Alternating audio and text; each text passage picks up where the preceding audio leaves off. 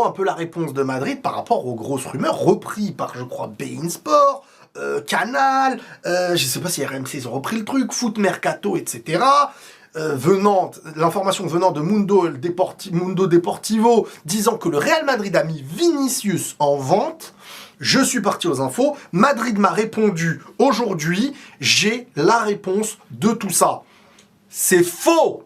C'est faux, les amis. Et j'ai même écrit précisément ce qu'on m'a dit. Comme ça, voilà. Moi, je vous transmets l'information Madrid sur le sujet. C'est pas mal, hein, purée, les gars. Il y a de l'évolution. Hein. Fabrizio Rilesigno, là. On n'est pas loin. Encore. Est-ce qu'il a un rapport à Madrid? Bon. Alors déjà, c'est très simple. Il n'y a rien qui se manifeste. Donc déjà, on n'est pas sur l'idée de Madrid a décidé de le vendre, de pas truc. Non. C'est le même calme depuis juin.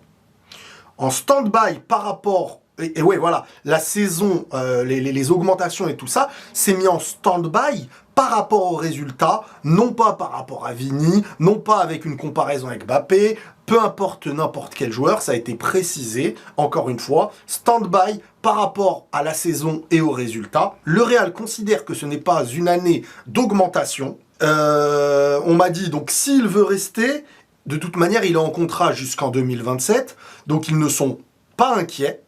Et là, quand il dit ils ne sont pas inquiets, alors je ne sais pas si on dit Madrid n'est pas inquiet ou l'entourage n'est pas inquiet. Parce que si on dit que l'entourage n'est pas inquiet, bah bien sûr qu'ils sont pas inquiets. Parce que l'entourage, ils sont après en position de force. Si Vini l'année prochaine fait une meilleure saison, eh ben ils pourront demander beaucoup plus. Mais si ça se passe pas comme prévu, ils pourront faire le chantage de non, on peut partir. Donc pour moi, Madrid n'est pas en position de force. Même si, de ce qu'on me dit... Enfin, on va pas parler de position de force, en vrai, mais on me dit que, en gros, voilà. Et là, ce qui est intéressant, c'est quand moi, je reviens en évoquant ce qui est en train de se dire, tout ça, eux, ils me disent que c'est pas vrai, hein, qu'il n'y a pas de... Le Real a mis en vente Vini et tout. Le Real... Et là, on me répond, regardez un truc intéressant. Le Real... Jamais, ils n'ont pas dit qu'une fois jamais, ils ont dit le Real, jamais ne retiendrait un joueur au moment que ce joueur n'est pas satisfait de son salaire, satisfait des offres et désire de lui-même s'en aller. C'est-à-dire que si un joueur à Madrid, n'importe lequel, c'est-à-dire que là ils ne sont pas arrêtés sur Vini, n'importe quel joueur au Real, et on a des preuves avec le passé, et c'est ça que j'aime à Madrid aussi. Il y a des choses que j'aime, des choses parfois que dans l'histoire j'ai moins bien aimé, certains adieux qui n'ont pas été respectés, pas assez familial, pas à l'époque. Là, je trouve que c'est mieux. Et donc, quand on me dit le Real, jamais ne retiendrait un joueur du moment que le joueur n'est pas content de son salaire, il entamerait de lui-même, et là, il n'y a pas de noms qui sont précisés, ça peut être Vini, Mbappé, Bellingham, tous les joueurs au Real Madrid qui sont amenés à dire « moi je veux partir parce que je suis pas content de ce qu'on me donne », et ben eux, ils demanderaient aux joueurs « écoute, tu veux entamer ton transfert et ton départ, il n'y a pas de problème, ramène l'argent et c'est fini, l'histoire est close ». Peu importe le joueur, mais on m'a rajouté derrière « mais nous on ne pense pas que ce sera le cas avec Vini ». Ça change beaucoup de choses. Et la dernière phrase, on va voir comment avancera la fin du mercato. Alors voilà, vous avez les plus grosses infos là sur le truc. C'est aussi simple que ça. Côté Madrid. Après, s'il y a un côté entourage du joueur, des trafics, des trucs secrets que Madrid ne sait pas, Madrid ne sait pas. Mais en tout cas, pour bien revenir sur le truc, c'est faux ce qui est sorti hier. Il n'y a rien qui s'est manifesté côté Vini ou côté Real sur l'aspect de partir ou rester pour l'instant. C'est le même calme depuis juin. Par contre, les augmentations sont en stand-by par rapport aux résultats, non pas par rapport à la moindre chose de Vini, de Mbappé, de Bellingham ou de ce que l'on veut. Le Real considère que c'est pas une année d'augmentation, donc s'il veut rester, le gars est en contrat jusqu'en 2027. Et ça, par contre, à Madrid, ce que j'aime bien, c'est que on est beaucoup dans ce... Il a un contrat et il a le droit de respecter son contrat. Moi, en tout cas, on me l'a souvent ressorti avec plein de joueurs. Ça respecte l'aspect du contrat. Ça t'envoie pas à la poubelle. C'est même à là-bas. On lui dit si tu veux partir. Ça arrangerait le Real au vu de ce qu'il touche. Mais le Real lui a fait un contrat et respecte le joueur qu'il a été. Donc ça aussi, je trouve que c'est respectueux et intéressant côté Madrid. Et que voilà, tu ne peux pas prendre aux autres des joueurs libres parce qu'ils respectent leur contrat, tu leur demandes d'aller au bout de leur contrat, et toi, être dans une optique de hey, si tu fais pas ça, tu fais pas ça. Donc en vrai, comme ils l'ont dit, Vini de toute manière est en contrat jusqu'en 2027, je crois que c'est 2027. Donc, ils ne sont pas inquiets. Ils ne sont pas inquiets, par contre, ça, je peux pas vous dire si c'est Madrid qui évoque « ils ne sont pas inquiets » en parlant de Madrid, tout court.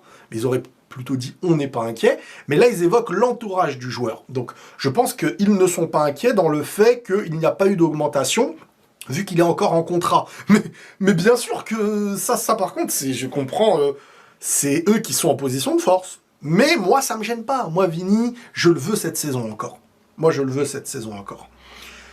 Et voilà, et la dernière chose à retenir, et ça, pour faire taire toutes les personnes qui diraient je ne sais quoi, concernant n'importe quel joueur, le Real jamais ne retiendrait un joueur à partir du moment où il demanderait à partir, qui n'est pas content par rapport à l'argent, comme on l'a vu avec Cristiano, qui n'est pas content avec la prolongation demandée, qu'on l'a vu avec Ramos, et tous ces joueurs-là, hein, Ronaldo, on me l'a dit, hein, Ronaldo, Ramos, Di Maria, Hakimi aussi, je crois, par le passé ont déjà demandé s'il y avait possibilité de revenir. Hakimi, je crois que c'était après... Alors Hakimi, j'aurais kiffé, hein, je vous dis pas le contraire. Hakimi, le problème, il n'était pas dans un refus du Real, mais que le mec était clairement en contrat avec Paris, et que voilà, tu prends pas un joueur à Paris comme ça. Mais Hakimi, c'était après la remontada du Real Madrid au Bernabéu, si je me trompe pas. Di Maria, après Manchester United, je crois, avait demandé, je crois, avant d'aller au PSG, s'il y avait possibilité de revenir. Ramos a demandé, et même Cristiano a déjà demandé à revenir. Donc voilà, donc le Real Madrid, avec les preuves du passé, n'est pas... un joueur ne peut pas venir te faire un chantage de « je m'en vais ». Ça n'existe pas à Madrid, et ça vient normalement à faire taire tout ce qui vient dire qu'un tel pourrait être plus grand, qu'un tel pourrait être plus grand, que le... Il n'y a pas de ça à Madrid, et on l'a vu avec les plus grands joueurs de l'histoire. Donc voilà, mais eux ne pensent pas qu'avec Vini ce sera le cas, et qu'ils ne pourraient nous mettre nous la mettre à l'envers, et ils vont voir comment vont avancer le mercato. Donc là, voilà, à moins que tout déchante, que tout part en vrille dans les jours qui arrivent, globalement, on est sur cette info-là, côté Madrid, au présent. On est quelle date? On est le mardi 29 juillet, 15h36, c'est la vérité du moment. Ça peut changer. Il suffit que demain, Vini trouve un accord avec l'Arabie Saoudite, le Real apprend ça après, etc. Et boum!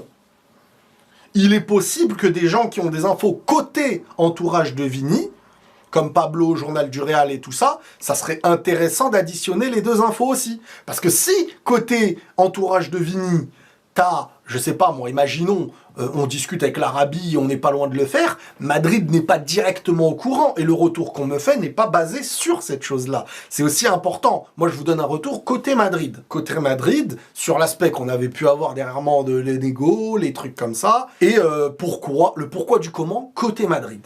Et ça, c'est intéressant parce qu'en fait, et vous savez, je vais vous dire un truc, je vous promets, depuis que j'échange avec des personnes de ce milieu-là, quand je peux, je me rends compte, surtout dans les périodes de mercato, parce que moi, en vrai, je pars pas aux infos d'habitude. Hein. La saison, moi, mon travail, c'est pas de ramener de l'info. Je le fais un peu dans le période de mercato quand j'en ai. Et que ça touche à Madrid, hein, globalement. Mais sinon, je suis dans l'analyse. Moi, je suis beaucoup plus analyse foot. Je kiffe parler foot. Voilà, il y a plein de... Jusqu'à aujourd'hui, je fonce pas tous les jours la tête baissée. Madrid, donnez-moi des infos. C'est pas comme ça que ça marche, tu vois. C'est pas dans ce sens-là. Je suis pas là pour offrir. J'ai même par le passé donné des infos à des gens que j'avais pas à sortir moi de mon côté parce que c'est pas mon travail. En vrai, c'est pas mon travail, je suis pas spécialement un journaliste, mais en ce moment, je partage avec vous ce qu'on me donne, et je vois que ça plaît, c'est intéressant, ça éclaircit, et je me rends compte d'un truc, comme je vous dis, dès qu'on parle maintenant avec les personnes de ce milieu-là, je me rends compte qu'il y a un fossé entre des médias, parfois très connus, hein, qui lâchent des choses, et la vérité d'au-dessus. Combien de fois, quand avec Nico Williams, là, une de Marca, après je vous dis, mais Madrid, tu me dis, mais qu'est-ce Mais non, c'est l'entourage qui doit essayer d'attirer les clubs. Moi, ma théorie, c'était qu'il voulait attirer le Barça. Et juste derrière, t'apprends que ça négocie avec le Barça. Voilà, bon. Tous ces trucs-là, le ballon d'or de Rodri. Alors, je vous dirai pas d'où ça vient précisément, mais c'est des choses qui, entre la vérité et même des personnes renseignées parfois, tu te dis, il y a parfois des fossés, de l'extrapolation, des fausses infos, des personnes entre les deux qui viennent perturber. C'est ce qui avait eu lieu avec la période de la prolongation. Bon, j'étais pas encore en contact proche, on va dire, avec Madrid, mais c'était par d'autres intermédiaires. Dans la prolongation de Mbappé au PSG à ce moment-là, t'as entre l'info réelle, qui on va dire, t'as Nasser, t'as le joueur, et voilà, silence radio, le joueur, peut-être l'entourage très très proche, et ce qui est distillé à tort et à travers pour perturber les infos. C'est très compliqué à certains moments. Mais quand Madrid te donne sa version des faits, c'est la version des faits de Madrid. Qu'on en doute ou pas, c'est la version de Madrid. Donc quelqu'un d'autre qui viendra t'apporter une version de Madrid, ce sera la version de Madrid. Après, il y a des versions d'entourage, des versions de gens qui viennent perturber l'info, parce que c'est à leur avantage, parfois les agents et tout ça, faire croire qu'il y a ça pour là-bas, et donc toi, des fois, tu pioches une information de l'entre-deux qui est loin de la vérité côté Madrid. Et moi, ça, je l'ai constaté avec le temps. Je me disais, avant, quand Madrid m'apportait des choses ou me répondait, on va dire, à certaines choses, parce qu'ils viennent pas d'eux-mêmes me le dire, et ben avant, quand j'avais des choses, je me disais, mais c'est pas vrai. Je vais vous donner une anecdote. 2023, quand, pour moi, Mbappé allait signer, c'est 2023, hein. Ouais, mercato d'été 2023. Pour moi, Mbappé, sur la fin du mercato, allait signer au Real Madrid parce que Paris, à ce moment-là, voulait le vendre, vu qu'ils avaient compris qu'il partirait logiquement libre, que lui ne prolongeait pas, et il avait été mieux dans le loft, il n'avait pas fait la tournée, il y a eu plein de choses dans le genre. Et globalement, moi, à Madrid, on me disait globalement non. On me disait que, à moins que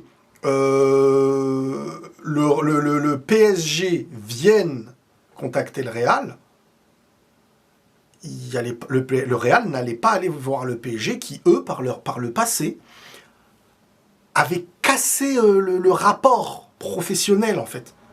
Pour Madrid, je dis bien pour Madrid, après, paraît peut-être à sa version, mais pour Madrid, le jour où en 2021, le Real est venu faire une grosse offre, et ce n'est pas un refus qui a eu lieu, parce qu'un refus peut se comprendre dans le milieu, tu as le droit de refuser ce que tu as envie de refuser, c'est ton joueur.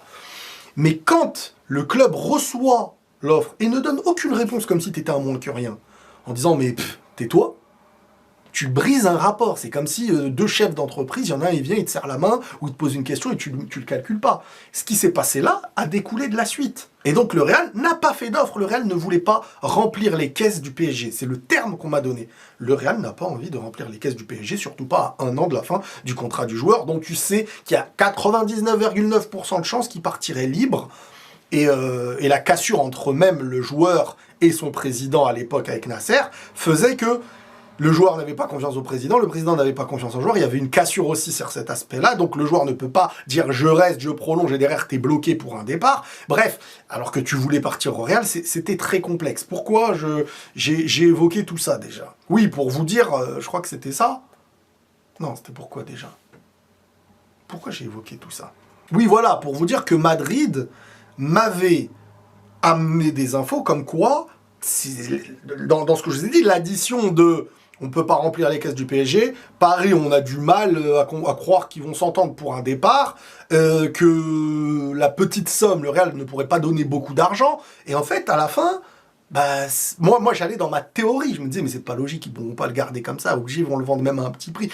Et au final, il est resté, et il a joué. Et c'est là où, un autre truc que je vais vous dire, je ne sais pas si je vous l'avais déjà dit, je l'ai déjà dit en interne à des gars que je connais, mais quand, vous vous rappelez, il avait réintégré l'entraînement, Kylian. Il avait réintégré l'entraînement et il y a même eu des journalistes connus qui avaient dit possibilité de prolongation en vue côté Mbappé et tout le monde s'enflammait. Et là, tout le monde avait dit c'est bon, il y a eu un accord, il va prolonger, etc. Et moi je pars aux infos d'entrée, je dis mais il va nous la refaire à l'envers. Et là on dit, on ne sait pas s'il va nous la refaire, mais de ce qu'on a, c'est pas vrai, cette histoire de prolongation. Mais les médias, moi, à cette époque-là, j'ai pas entièrement confiance. Je me dis, mais ils vont pas me dire la vérité, ou alors ils vont m'utiliser. Et je vois dans la presse des journalistes connus et tout. Mbappé a trouvé un accord, il réintègre l'entraînement. Côté Madrid, on me dit non, mais possiblement ils l'ont réintégré parce qu'ils se rendent compte qu'ils en ont besoin. Ils ont peut-être envie de mettre Dembélé à droite, Mbappé à gauche, mais en tout cas, de ceux qu'on a, le joueur ne va pas prolonger, il paraît que c'est pas vrai. Et là, on est en suspens. Mais au final, encore une fois, ils avaient raison. Donc, jusqu'à aujourd'hui, ces retours-là que j'ai, j'en ai douté pendant longtemps, et au final, ça leur donne raison. Maintenant, je me rappelle, sur l'aspect de Benzema, quand Benzema s'en va, il y a eu des échos de Benzema qui s'en allait avant que Madrid me le disait. Parce que quand j'avais échangé avec Madrid, on m'avait dit, nous, il nous a rien dit. Mais je